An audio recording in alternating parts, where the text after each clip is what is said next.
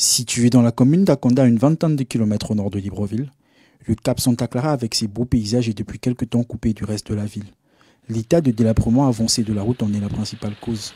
Nid de poules, bourbiers, il est quasi impossible pour les automobilistes de rallier cette localité. Il faut dire que la situation ici, la route elle est complètement coupée, dû au fait qu'il y a ce flaque d'eau qui s'est créé. Ça s'est créé pourquoi? Parce que la buse qui est là devant est bouchée complètement. Donc c'est pourquoi aujourd'hui les gens n'arrivent plus à traverser pour aller complètement au village Santa Clara. Et c'est la situation que nous vivons. Déjà, ça fait plus de 3 mois, les voitures ne passent complètement plus.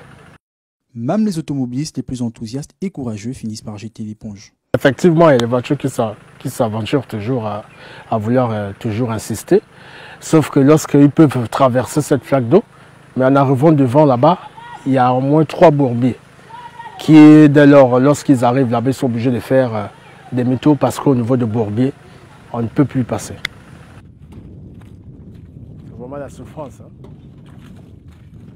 C'est le quotidien. Pour les opérateurs économiques, le calvaire est d'autant plus difficile. Justement, heureusement que vous êtes venus au temps même en l'air que j'ai fait toujours, chaque jour, j'ai fait de transport des œufs pour ma ferme. Ma ferme est située au moins 3 km hors de la route centrale qui est au carrefour Santa Clara.